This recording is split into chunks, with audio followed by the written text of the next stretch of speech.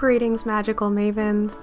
Back in the early spring, I answered your request to start sharing periodic garden update videos, and I took you on my journey with me of starting seeds indoors, as well as beginning to transform my apartment balcony into a magical green witch cottage garden. Since then, I've gotten into the swing of filming all the little and big magic moments in my gardening practice as it continues to grow and blossom. It's been my intention to put out at least one garden video each month during the growing season, but I wasn't able to do so in May due to a family emergency that came up and put the editing of these videos on hold. So while it's coming to you just a little bit late, I would still love to invite you to come along with me for a little time travel adventure back to late April when I really got into the swing of gardening for the season and did an epic transformation of my boring apartment patio into a witchy wonderland. Let's make some magic.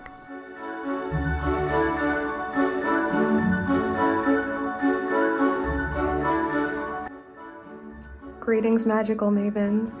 I am gonna make like a vlogger and literally start picking up on my next vlog where I left the last one off.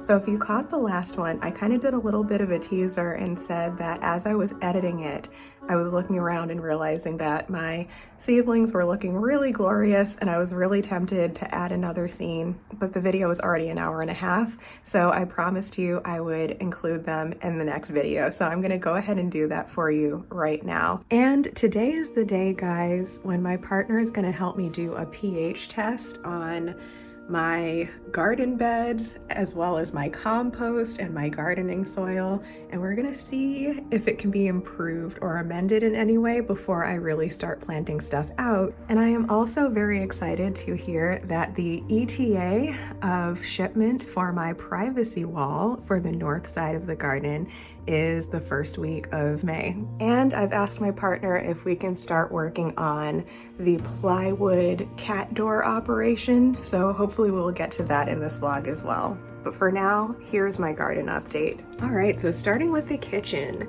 we have our thyme here. So I put some different experiments to work with the thyme. This one is just throwing a bunch of them in water, which I know always leads to roots, but I didn't do a great job of like keeping this super tidy. So I think at some point I'm gonna go in there and get rid of some of the bottom leaves and just make sure that nothing starts rotting in there. Because if you don't know, when you're propagating plants, you want to try and keep the stems in the water, but keep the leaves out of the water because the leaves tend to rot, which can kind of cause the whole thing to rot. Thankfully, these are doing pretty well anyway, because I was lazy about that. An update on the parsley experiment, because I didn't know if you could propagate parsley. And it's looking like maybe you can. Like, I think that those are roots in there, but they're growing incredibly slow. And a lot of these have sort of died off in the process. So worst case scenario, I've learned how to keep parsley fresh outside of the fridge, because I feel like sometimes putting it in the fridge causes it to like dry out and stuff. But best case scenario, perhaps that one. I'm rooting for that one. No pun intended. We will see. Okay, so an update on the grocery store lettuce propagation experiment. We have had successes and we've had failures. So overall, it was a success in the sense that it grew roots. I was able to keep it fresh for a long time, and I was able to actually grow some new plants off of some of them. So this one was like the core of an old one that actually ended up rotting, but there's like a new plant growing on it. So we'll see if that's worth keeping. I have no idea. But I just noticed yesterday that we're getting this like powdery mildew shizzle on these, and it's kind of grossing me out. So I think I'm probably just gonna compost these and be done with that experiment for now. I think ultimately when it comes to repropagating lettuce, you're probably better off just keeping it in water for a few weeks as you're slowly eating it, using the cut and come again method, which is where you eat the leaves on the outside and leave the core. But I think it also is really only worth doing on these more fluffy varieties because the inside of them can also rot. So for example, the one that was here was one of those lettuces that's like kind of smushed together in like a bulb or whatever, and it's like tightly wrapped. And I ended up realizing that the inside was rotting and there was some kind of little maggot in there that I think might have been a fruit fly getting started, and thankfully I was able to get rid of that situation before it became a disaster. But I think I'm just gonna end up composting this anyway, even though it's growing little plants out of it, just because it's too messy and complicated. And I think I had a lot more success just growing lettuce from seed last year. Yeah, so if you're a windowsill gardener, you can keep lettuce around for longer and have that satisfaction of kind of having fresh picked lettuce, but it can't be kept around for too long. I've also noticed that keeping them around for a long time, they start to taste bitter. So it's really just to preserve them for a little bit longer if you're a slow lettuce eater like I am, but I wouldn't recommend trying to have that going permanently or hoping to get too much consistency out of it in the long run. So I'm probably going to keep these experiments out just for a little longer, just out of sheer curiosity, but there's a good chance a lot of these will get composted at some point. This is just some propagated rosemary that I'm waiting to grow roots on. These ones are growing a little bit slower than my last batch. And okay, so here is something that's new and exciting. So you might remember in videos ago, I mentioned that a leaf fell off, or like a branch fell off of my bamboo plant. And I've been propagating it. And at the time I told you that I wasn't sure if it was gonna work because it seemed like it was staying fresh but wasn't growing roots. But now we've got roots growing on there. So maybe at some point in this vlog we will stick this back in to the plant pot with the other ones. But there we go. Okay, so update on the tomato propagation experiment. Yes, you can propagate parts of tomato plants, but not just a leaf. So like if it was just this piece cut to like right there, it wouldn't work. But the reason I was able to propagate it is because I do have a piece of the stem as well. So I think I'm gonna pot that up with you guys in this video. There's some more roots just growing on our propagated sage plants. Again, these ones are the ones that are taking longer. Some of them started growing really quickly and others have taken longer. So I did mention in the last video that I planted out actually my chitted potatoes into the garden bed before finding out that I might need to test the pH to make sure that it's gonna survive. So I did start chitting a few more. These are actual seed potatoes from the hardware store that I had some leftover pieces of.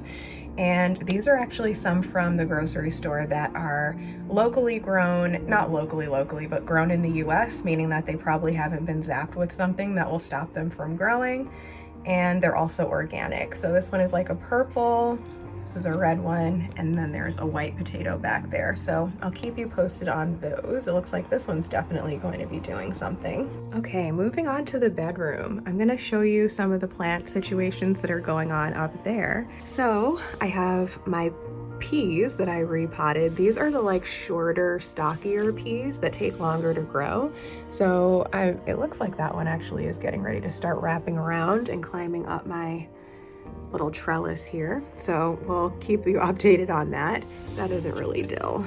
There we go. Haha. Reused that one. I'm also trying out growing some ginger. I tried this years ago and it just rotted, but I'm realizing it's probably because it came from overseas and it was basically dead. So this is some organic that I'm trying out. I need to put some water back in there because it drinks very quickly actually. Here is a sage plant that seems to be doing okay, but it's in an experimentally reused container from when I planted potatoes in compost, and it's getting some mildew or something in there. So that's why they tell you to use clean containers. We'll see what happens with that. This is our madram that I wasn't sure if it would propagate just by sticking it into some coco coir. It seems to be alive. It's alive in there. I'm giving it a little tug and it seems like there's probably roots down in there, so that's exciting. These are a bunch of avocado pits that I'm experimenting with. The only one that seems to be showing signs of life is that one, but we'll see what happens with the others. That's just my succulent that I've had for years. If you guys have any tips for these, please let me know, because it's been alive, but I feel like it could be happier. I'm gonna turn that around so it kind of starts pointing that way. And here I am just propagating some mint. So I was actually pretty surprised at how unsuccessful the mint propagation went. Typically, in my experience, mint just doesn't care. Like, it will grow in almost any conditions if you just stick it in a sunny windowsill with some water. But I lost quite a bit of this grocery store mint in the process, but this set looks like it's gonna survive. So we're probably gonna lose those leaves over there, and these new ones are growing out towards the sun. So we'll keep you updated on that. And now for the part you've probably been waiting for, my very messy office and our seed starting station. So look at this, guys. Doesn't that look completely different? Especially from the beginning of the last vlog. Like, it was a seedling graveyard in here, and now it's a thriving seedling paradise. So I have actually spent the past week or so giving a lot of things their own rooms. So the way that I've been kind of going about it is I would plant a bunch of seedlings in one container just to see if they would propagate. And then once they get to actually about the size that this broccoli is now, then I would go ahead and open it up, gently tease them apart, and start giving them their own containers. So most things in here have only 1 or 2 seedlings per container now, because I've been doing that for the past week. I think we're gonna do that one together today. Here's some basil, more basil. This is some cilantro coming up. I think I'm just gonna leave all of that in there. There's no need to really plant out cilantro. It's one of those things that's pretty short-lived, and you kind of just eat it and then plant it again. You can't really keep it coming back. Here's our rosemary from before that we rooted in water, and then I put it in here. These are burnt on the top because unfortunately there was a point when I had it too close to the lamp, but I think that these are alive. They're kind of maybe going through some transplant shock, but they've been doing their thing for a few weeks now, looking pretty much the same. So I'll keep you posted on that. We've got lots of new peas coming up in different varieties. Got some new beets coming up. I love beets. They grow really well for me, and they happen to be one of my favorite foods, so I try to keep as many beets going as possible. I'm really excited for that chamomile. Like, I've had a very hard time still, actually, getting most herbs to propagate or even just to grow, to start from seed in particular. But chamomile is one that hasn't given me too many issues. It grows relatively slowly, but it has been consistently healthy.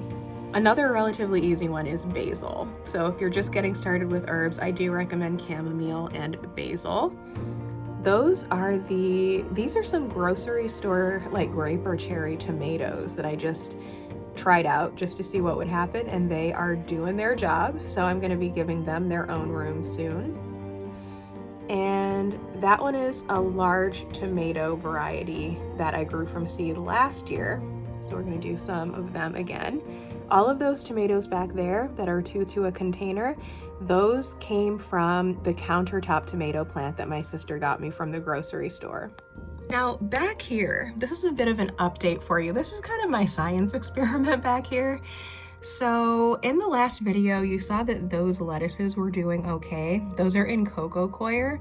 The only thing in here that is still in compost is actually where these wildflowers were. And if you recall, I told you that those wildflowers had done pretty well in compost. They were the only thing that did pretty well in compost besides chitted potatoes. But now it's died. So I'm gonna be getting rid of that. And then I also kind of made a silly mistake here. I started a bunch more things in coco coir, but I forgot that down in the container at the bottom is a bunch of compost. And so it's kind of gotten moldy and mildewy in there. And I think I'm just gonna keep this going literally as a science experiment just to see what happens, but I have no attachment to the outcome on any of these things. I did restart some black-eyed Susans in a more sterile setup because I do definitely want to be growing those. The rest of these things are things that I also have growing in another setup. So I'm kind of just doing this as a contrast experiment at this point. We've got some parsley coming up, so that's an herb that we'll hopefully have some success with. The carrots are looking awesome. I think I'm just gonna let these grow a tiny bit more, and then maybe towards the end of this vlog, I'm just gonna pull this whole thing out as a plug. Since it is a root vegetable, I'm not gonna mess around with the roots by like trying to pull these all apart. I think I'm just gonna take the whole thing out and just pot it into a larger container. Back here, we've got some radishes starting, and I had to start the oregano yet again. Even after trying it in just coco coir, it germinated a little bit and then it died. So I've started that yet again. Oregano has been really difficult for me. Another thing that I have had that same issue with is the catnip. So you don't even see any catnip in here. I think we're gonna start some catnip again together. That is the strawberry experiment. Nothing visible on that yet. Same with the raspberries, so we'll see what happens with the berries. I have had no luck with soy. I think I got it to propagate like the first time I planted stuff, like back in February in compost, and it came up and then it died. And so I've tried it in coco coir and I'm just not even seeing anything. That's incense ash, by the way. That isn't mildew. I need to clean this thing. This is a bell pepper getting ready to come up. There is some kind of like moss growing on there, but it doesn't look malicious. So I'm just gonna sprinkle a little bit of my top dressing here, which is, it's literally just cinnamon and some diatomaceous earth that's supposed to help keep away like mosses and mildews and stuff like that, among other things. Okay, Canterbury bells. These are some beautiful flowers that I grabbed seeds for. I know nothing about them and I have not gotten them to germinate whatsoever. So if you know anything about those, please let me know. I'm gonna be doing some research. More beets coming up. Our okras are looking awesome back there. And all of these are squash type things and cucumbers and sunflowers. So I definitely have more of these plants than I need, but I think I'm gonna keep some of them on hand just in case I need to like replant something or whatever. And here's the thing, guys. So this variety of sunflower, this is a dwarf sunflower that I got seeds for last year. You might remember seeing some of them in my videos, but there's something weird about them. And I have grown sunflowers in a more traditional setup in a regular garden before, as well as like in weird setups as well. And typically they do pretty well, pretty easily, but this variety just doesn't seem to be doing very well. Like this one right here is just burning and burnt. And like even when I direct sowed these outside in my garden that doesn't get a ton of sunlight, a lot of the time, whether it would grow well or not, the leaves would burn. And I don't know what's up with that. Like that's weird to me. This one didn't do well at all. It might be because I transplanted it too soon. After having them all in the same container, that one might have been too young to get its own room. I don't know. So like one of them is doing well. Those ones I think I'm gonna get rid of and just start new. And I think next year or maybe later this year, I'm gonna try a different variety of sunflower because it might just be that this one is weird. But yeah, that all just looks so magical in there, doesn't it? I'm really excited for all of that. This is another bean plant. This one came out with 2 sets of leaves, so that's kind of fun. This is the black-eyed Susans that I just started a couple of days ago, and they're already coming up, so that's exciting. And lastly, moving on to the office window. So here's that first bean that I planted. It is looking awesome. I'm really excited to plant that out soon. I've heard this is like a really prolific grower and it's gonna like climb and look all cool and stuff.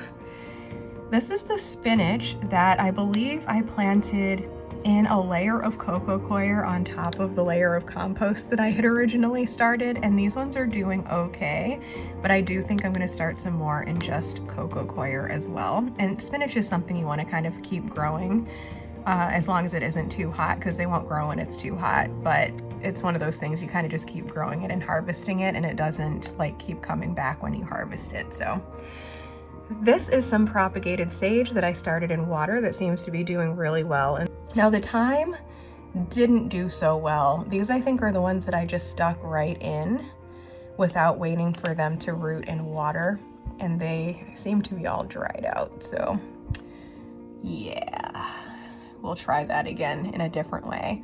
This is some new dill that seems to be doing pretty well.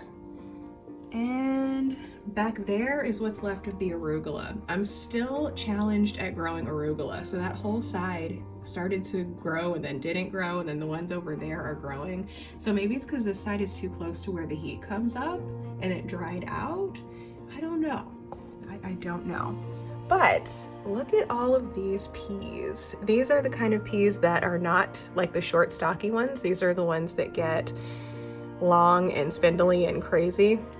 But these are the ones I have experience growing in the past, and I've just set them up here, and hopefully they start climbing up this sort of setup that I have going on here. But that's looking fun. So here's the thing with this tomato plant that my sister gave me.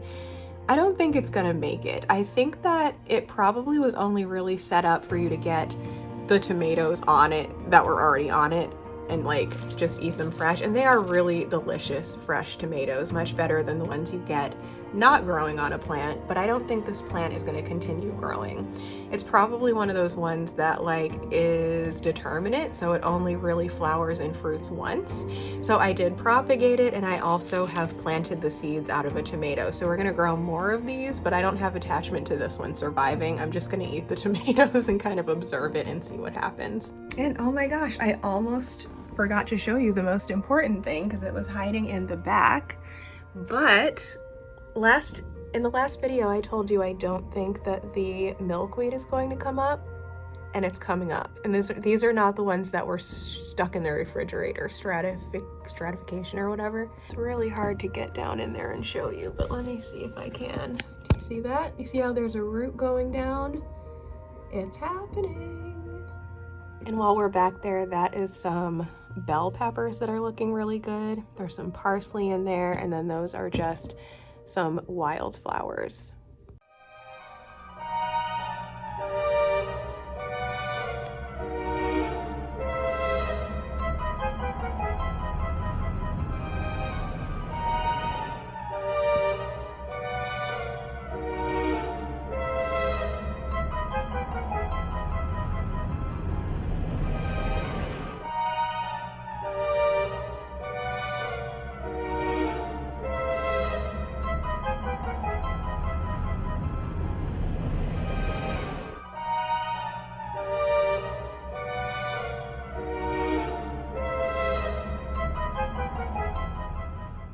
All right, magical mavens, so I have just gone ahead and potted up these grocery store cherry or grape tomatoes. I don't know what they were because I didn't keep the packaging, unfortunately.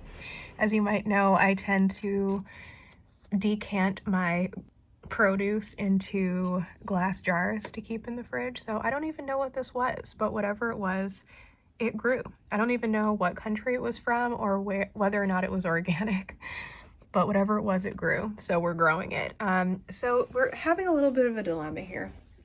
I don't exactly know where I plan on putting these. So I think what I'm going to do is I'm going to take some of these ones that there are multiples of that are doing well, and I'm gonna move them over to some windowsills and see how they do there.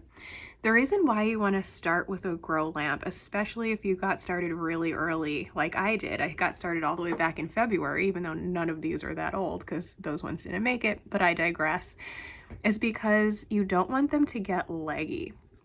So here's an example. This one will probably be fine, but leggy is where it grows a really long stem trying to reach toward the light. And if you put it in a window, especially if you don't have a south-facing window, which I do not, they're all going to end up leggy, and there's a possibility, that one might even be doing it, there's a possibility that it'll get so long and gangly that it won't even be able to hold itself up.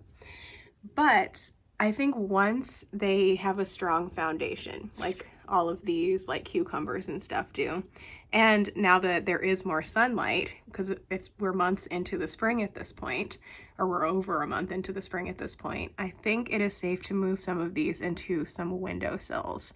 to make some room for the things that do need to be underneath a grow lamp. So let's go ahead and do a little bit of that together. Oh, and one quick tip about repotting tomatoes. I actually buried these relatively deeply, and you don't necessarily want to do that for most plants, but tomatoes have this special superpower where it doesn't really matter how deep you bury it. I could have buried this probably almost all the way up to the leaves, and new roots will grow along the stem. That's just a special tomato thing. I think there are a few other plants that do that, but the only one I can think of is tomatoes. So I buried those pretty deeply, and then they'll have an even stronger root system. All right, so I know I said I was gonna keep this weird science experiment going out of sheer curiosity, but at this point it is competing for room. And there's also probably a chance that that mold or whatever fungus that is could spread. So I think I'm going to actually get rid of this. And if I want to keep it as a science experiment, maybe I can just move it outside and just see what happens. I don't know why. It's like I started this and now I just want to see what happens. But we're going to remove that and that'll create a lot more room. So let's go ahead and get to it.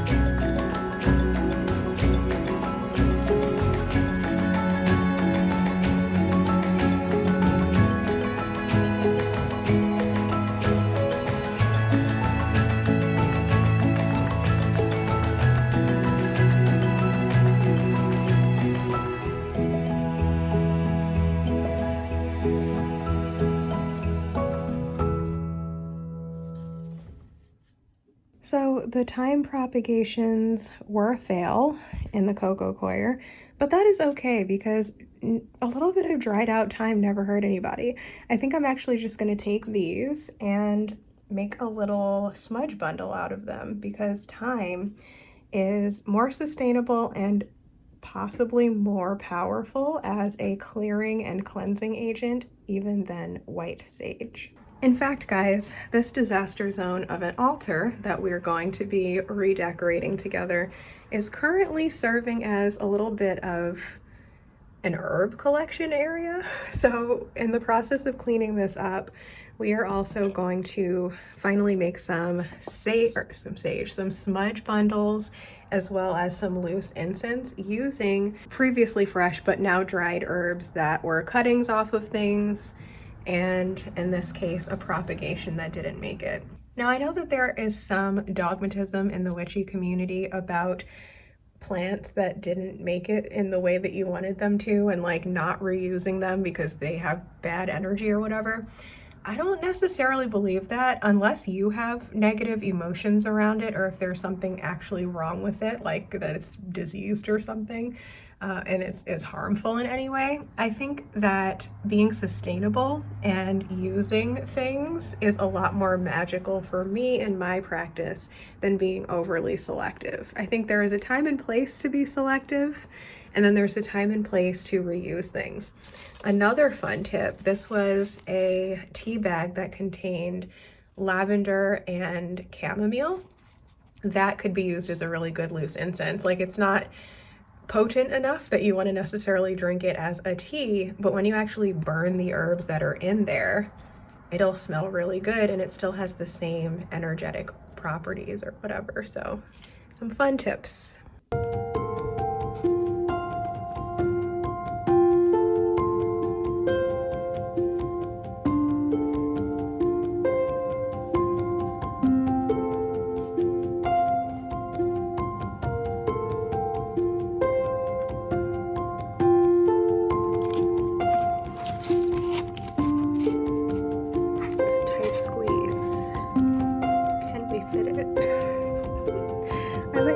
Some of these things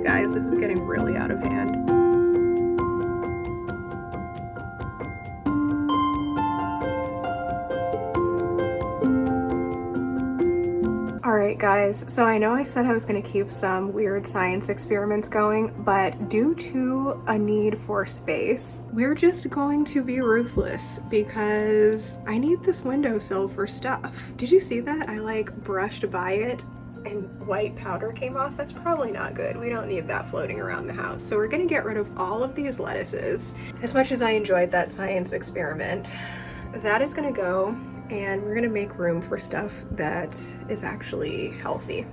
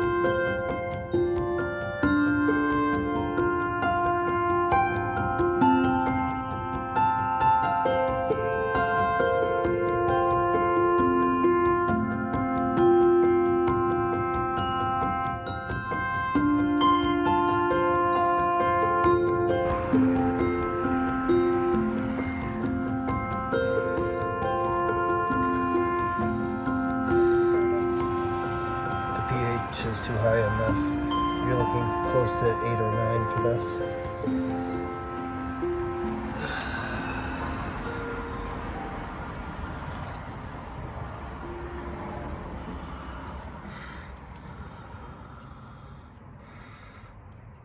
pH for this is closer to probably about a 6, 7. Is that bad?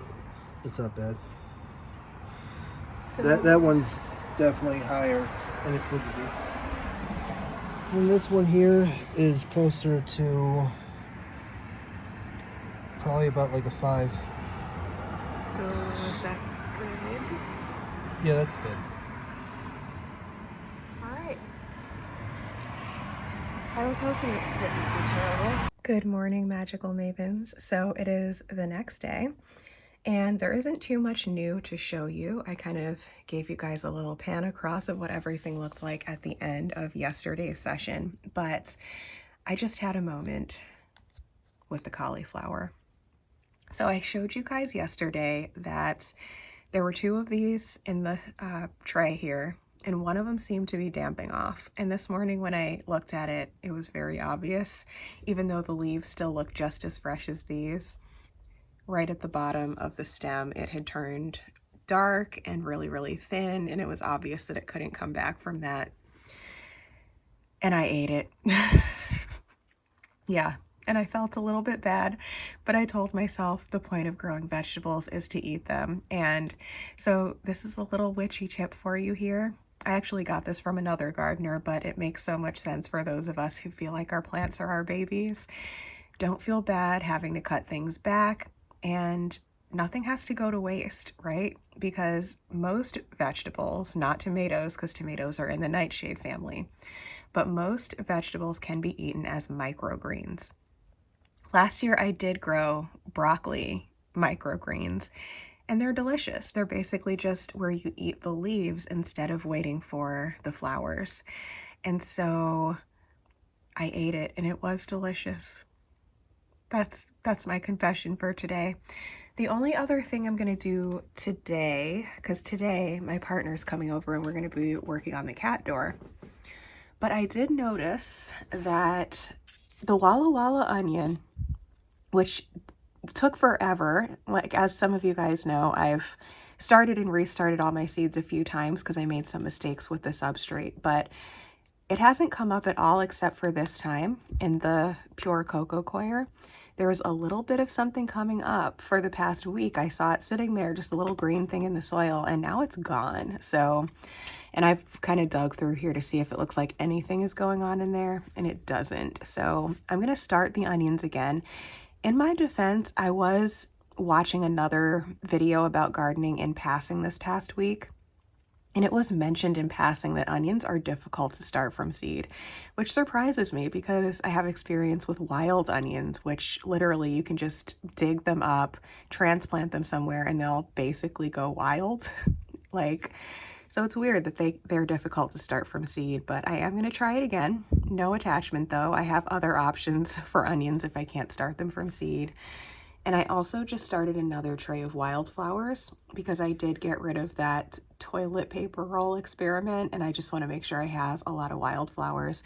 There's a bunch back there in that egg thing as well, but I want to have a flowery garden this year. Last year and the year before, I only had vegetables, and the few flowers that I tried, I think the seeds were too old because they were around since like my very first garden and they didn't really grow. So I want a beautiful garden as well this year. So there's that little update, and let's plant some more of the onion. Oh yeah, and I also started 2 more beans because I am just really enjoying watching these bean thingies grow. I have a feeling they're going to get very viney and very big, and that's what I want. I want to cover my patio in vines, and if they are things that produce edible fruit, even better. So 2 more of those. I'm going to show you guys the process of them popping up because they're so interesting to watch.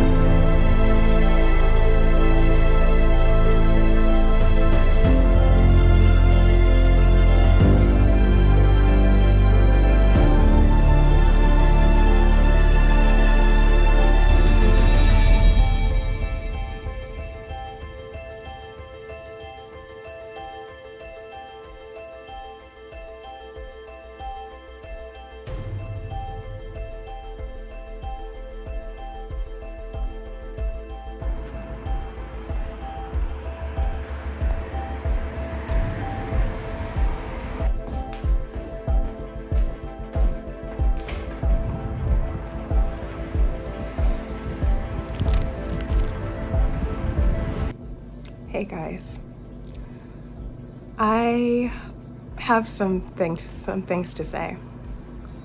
I'm literally shaking with anger right now, and I feel like I need to say something. In general, this is not a channel where I'm just sitting around talking about all of the negativity that I see in the world. I, for the most part, try to focus on the positive and create beauty in the world and reverse the bullshit that I see happening without talking too much and focusing too much on the negative, because I do believe that what we focus on grows. And at the same time, there is also a time and a place to feel our sacred rage. This is something that I have really been learning and experiencing in life in general, but especially living in this apartment building in this neighborhood. It is an area where there's a lot of garbage, for lack of a better word. Physical garbage, noise pollution, air pollution, energetic pollution. It's definitely not the worst place in the world. I'm not trying to say that at all. There's a lot to be grateful for when I look around. And I try to focus on that as much as I can. But there is some garbage in this area. Unfortunately, there is some garbage directly below me right now. Not the bag of chips. I went outside and I put that in the trash so that it would not blow down the street and become more non-biodegradable shit in this world. But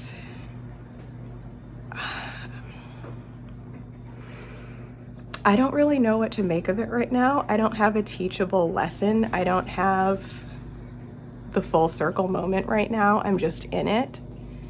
And I'm choosing to let myself feel my feelings about it. A lot of the time, I'm getting better and better. We'll call it better and better at not focusing on the bullshit, putting in my noise canceling headphones, using tunnel vision and tuning it out so that I can focus on creating a better reality for myself and hopefully those who have the energy to appreciate it and to be on this journey with me.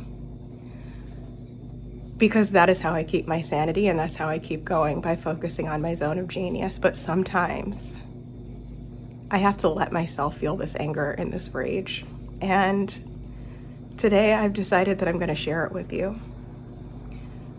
On this channel, we try to focus on things like gardening and decorating and taking trash and turning it into treasure. That piece of trash can't be turned into treasure besides right now through my sacred rage and me saying something about it. I know that I'm preaching to the choir here. I doubt that there's anybody watching this channel who intentionally litters. In fact, you guys are probably like me, where you're taking the trash out and unfortunately a piece of plastic flies out in the wind and you're like, God damn it. And you know, you might even try to chase it, but you might not be able to get it and you feel kind of bad about it. You're not the kinds of people who are intentionally leaving their garbage, a trail of shit behind them, because they're too good to take care of it. That's everyone else's problem, not theirs. And I'm not going to go into it for the most part, but these people that I'm dealing with here, they like to talk really loud. They're those kinds of people who are just loud in general, and you hear all the shit that's coming out of their mouths. And the overall vibe is like, it's always someone else's fault. There's always problems and it's always someone else's fault. And so they're going to leave a trail of shit behind them to punish everyone else or whatever. I have no fucking idea what the mentality is, but I'm angry and I'm laughing about it because at this point the energy is starting to transmute. I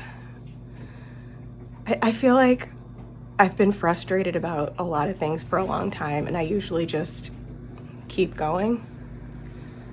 let myself feel it a little or do a meditation or whatever and just keep going. But today I just literally sat down on the floor, did a couple of yoga stretches, and just allowed myself to feel that anger and to shed some tears. Because when you feel the tears coming, sometimes the best thing to do is to let them out, because water is magic. Water is a crystal. It's like a crystal. It holds on to energy.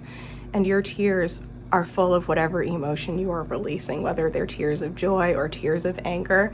My moon is in Aries, and I know a lot of people say like a moon in Aries is someone that flies off the handle. I don't fly off the handle unless somebody seriously, seriously backs me into a wall, and I've given them many warnings. The way that I experience my moon in Aries is when I get really angry, when I feel really disrespected, when I see the earth being really disrespected, I cry.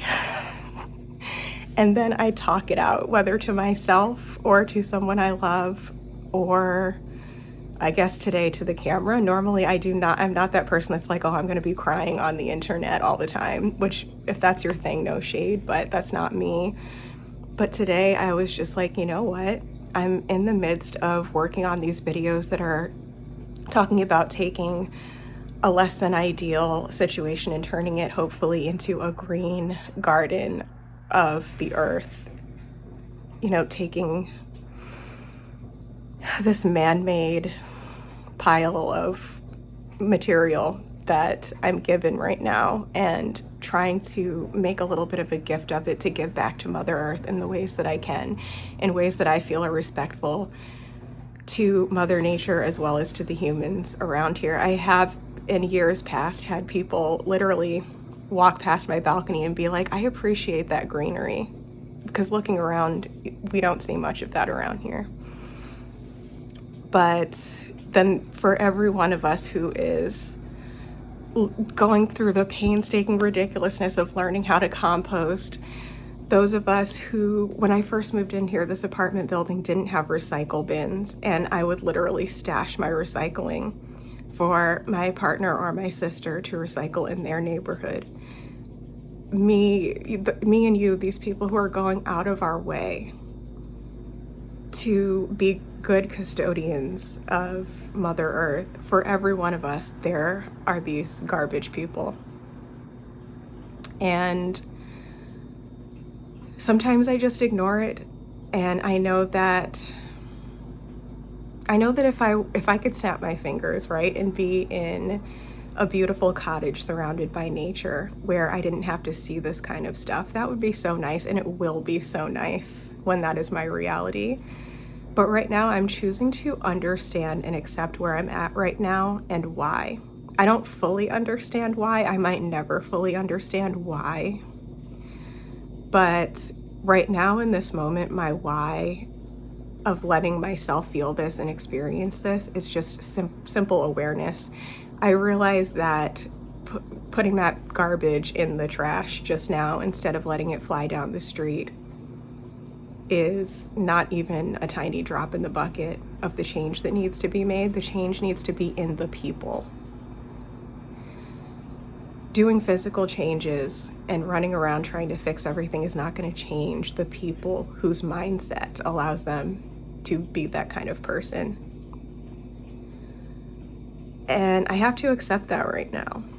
I have to realize that the devil on my shoulder, my little angry inner Aries moon that wanted to take that garbage and like shove it under their door, give it back to them, right? Make it known that you're being watched, not in a creepy way, but in a like, I know you don't think that what you do matters or affects other people, or you don't seem to care, or you don't think anyone's going to say anything, but actually F you, right? I do get very angry, but I realize that it is not my place in most situations to create the confrontation, because all that they're going to do is turn it back around on me and make me the bad guy, right? So instead, I'm just choosing to do what I can in the moment. I'm choosing to allow myself to feel the way I feel and also not let it mess with me. And I think it's important to point out, those of us who are working on our mindsets and are focusing on the positive, if you have inner rage, that is okay. You have that rage for a reason. It's because you see bullshit that shouldn't be happening. And it's your place to do something about it, whether that's putting the garbage in the trash instead of letting it blow down the street, whether that is turning on the camera even though you kind of look like shit today and weren't planning on turning the camera on your face, looking like you've just had a good cry, and just sharing how you feel and connecting with others. Whatever it is, just realize that I don't know what's going to happen to this world. Like these particular individuals that I'm dealing with here, they're not even going to be alive anymore when the earth is really at its worst, if things keep going in the direction that they're going in. Maybe none of us will, who knows, but what am I even trying to say? I just want to say that those of us who care, it does matter. It does make a difference. The small little actions that we do. I heard this quote today that's like, it's that reminder that it's always the small little actions and the small little intentions that build up. So from the small little action of leaving a piece of garbage outside to the small action of choosing to be the bigger person and just go out and throw it out, even though it's not my responsibility, right, to do that. Realizing that it's my choice and that I'm going to make that choice today. Those little actions do matter. And I dream of a world where, this is really controversial, but I dream of a world where one day the people who are like that, the people who think that their shit doesn't stink and so that they should just throw it behind them for the next person to deal with, or for the next creature to deal with. I dream of a world where one day those people are just gone. Like, I'm not trying to kill them off or anything, but they're not going to last forever. And so that's part of why I make videos and podcasts and share, because I know that there are others out there like me who need to know that they're not alone, and that together, the little actions and the little intentions that we're all doing, they do come together and create something bigger. So if you are looking around and seeing a lot of bullshit, I want you to know that you're not alone, and the little actions and the little intentions that you're doing do matter, and please keep doing them. Now, that's not to say that you need to make it your entire job to go around cleaning up after people and their bullshit. That is not your job unless you want it to be. And I know that that is not my job. It's not my job to follow these pigs around with a recycle bin. That is not my job. That is not what I'm here to do. I'm here to create. I'm here to create beauty, and I'm here to create systems that help people to create a better reality for themselves and for the planet in whatever weird little ways that I can. But those days when there's a piece of garbage right in front of you and you're like, oh, do I want to degrade myself by bending down and picking up this other person's piece of garbage? If you're that person that sometimes decides to do it, please know that it's not taken for granted. I appreciate you for doing that, okay? And everyone else probably watching this video does too. So anyway, I don't know what I'm saying. I'm just rambling, feeling some anger today, and I'm just letting myself feel it. And I'm choosing to not be like, oh, well, they don't deserve my energy, so I'm going to force myself not to cry, or I'm going to force myself to pretend I'm not angry, or I'm just going to ignore that and pretend it didn't happen. There's a time and place for that, but today was not that day, I guess. So I'm trusting my emotions and allowing myself to just feel how I'm feeling and respond the way that I decided to respond. And it did involve sitting down and taking some deep breaths and letting those tears fall in order to not jump up and take the rash action of like doing something vindictive. Because I do have that side to me. I typically almost never actually act on that side. but it's a little inner part of myself that's kind of fun to play with sometimes. And, you know, there was a part of me that was like, should I just fucking hex these people? Is there a spell I can find on the internet of how to hex people who choose to litter? I know there are. I know there are spells out there like that. But is that really how I want to spend my energy today? Is that really going to help me move forward? Probably not. I mean, it might help me release some anger, which is always good to do, but what's really going to help me today is just to sit with the emotions, let myself feel them, put the shit in the garbage, and keep going about my day and share it with you guys, because that's where I'm at. All right, this has been a long little chat in the midst of all of the beauty that we're creating in this video. It's kind of a little ugly crying scene, and I'm gonna leave it at that. I love you guys. Let's keep going. What I will say, guys, my energy has shifted. Anger is actually the thing with anger. I think I heard Teal Swan say this many years ago, that if you're feeling like sad and hopeless and like disappointed and all of those kinds of emotions, anger has the power to be a stepping stone, because anger is a higher energy than sadness, I guess. So like, I use energy, that fire element of transmutation, to like get energized. And one way that I do that, again, moon in Aries. So moon is your emotions, and mine being in Aries means that I kind of express my emotions in a fiery way. So what helps me to transmute that sad emotion is, first of all, to, like I said, let myself feel how I'm feeling, and then to turn on some angry music and do some kind of art. So it might mean dancing to some angry music. And that I kind of use as a kind of very just like fiery, instantaneous kind of transmutation, where I will channel my anger into just like crazy emotions and stuff and just get that energy out of me. If I'm feeling particularly frisky, I might direct it somewhere. Did not feel like doing that today. I decided to just put some angry music on my fire element playlist and paint these pots. And funnily enough, for whatever reason, like rocking out to like angry rock music while like jabbing the paintbrush over and over again just goes really well together. But I just thought I would pop in and talk a little bit more about that fire magic, because fire magic doesn't always have to involve a candle or a bonfire. Fire energy is within us, and it's the way that we transmute what's going on within us into the outside world. And today I'm choosing to do that with paint. Back to the regularly scheduled program. Hey there, magical mavens. Editing Afura here, popping in with a little bit of an update for you. So there's good news and there's bad news. The bad news is that the following day or the day after that or something like that, they ended up doing the exact same thing again, only leaving a ton more garbage. And I was just so freaking pissed that I decided I had to do something. So I ended up shooting an email to my housing manager. I wasn't expecting to get anything back because honestly, I'm not a huge fan of the housing managers here either. But by some miracle, they actually responded, and they actually followed up, and they responded to the report, and they told me to let them know if I saw them actively leaving garbage out again.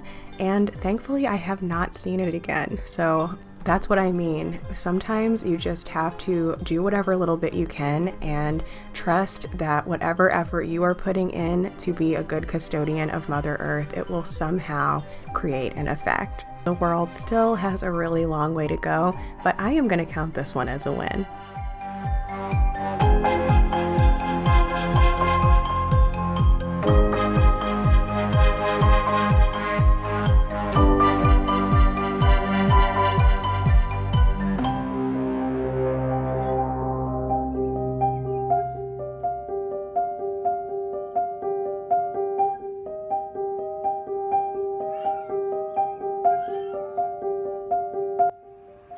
Good morning, magical mavens. It is a fresh new day, and we're going to have a little bit more fun with gardening and garden preparation. So for the most part, I don't have too much seedling duties for today. I don't think anything really even needs to be watered. I did sprinkle a little bit of my cinnamon and diatomaceous earth mixture on a couple of things that seemed like they were growing a little bit of fungus on the surface, but the plants themselves look great. So the one thing I want to do with seedlings is I want to go ahead and pot up this propagated sage plant right here. And I'm also going to sit down and do a little bit of research on squash seedlings. So as you can see here, this seedling is already starting to grow a tiny little flower. See that? There's 2 of them there. I don't know if it's supposed to start going to flower while it's still in a little container. So I'm going to do some research and find out if it's okay that my squashes are flowering before they're planted out into their larger pots. Why not? I'll just give you a quick pan across of what's going on in here now. Most of the squashes and things have been moved to windowsills and they seem to be quite happy.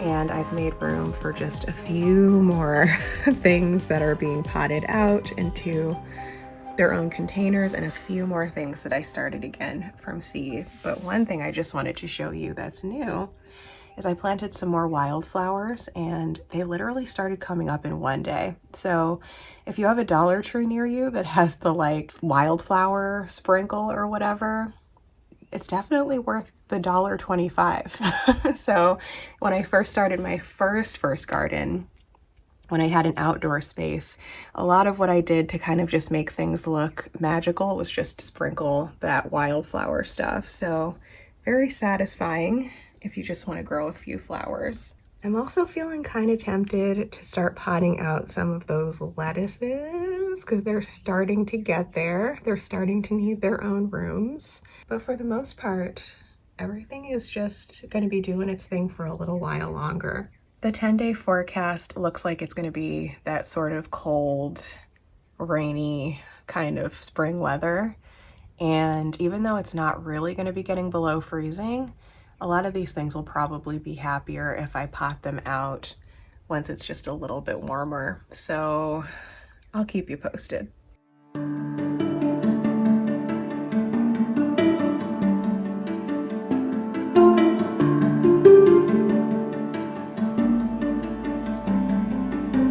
So by the way, guys, when you see me putting plants on my bedside table or my whatever you call this thing, that is a really good quality grow light bulb up there. I'm not just putting them here and hoping that the light will reach them from the window, because it for the most part doesn't, especially not yet this time of year.